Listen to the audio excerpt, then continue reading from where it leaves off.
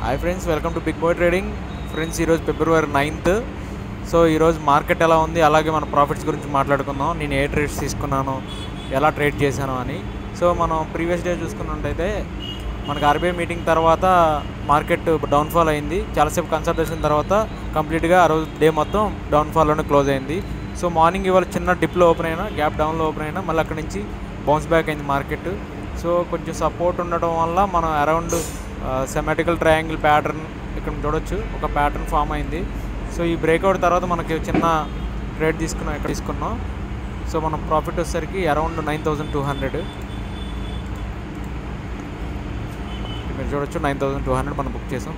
So ఇలాంటి interesting topics కోసం మన మార్కెట్ని ఎలా అనలైజ్ చేస్తున్నాను ఏంటి ఇంకా మీరు తెలుసుకోవాలనుకుంటే కానీ మన ఛానల్ని ఇప్పుడే సబ్స్క్రైబ్ చేసుకోండి.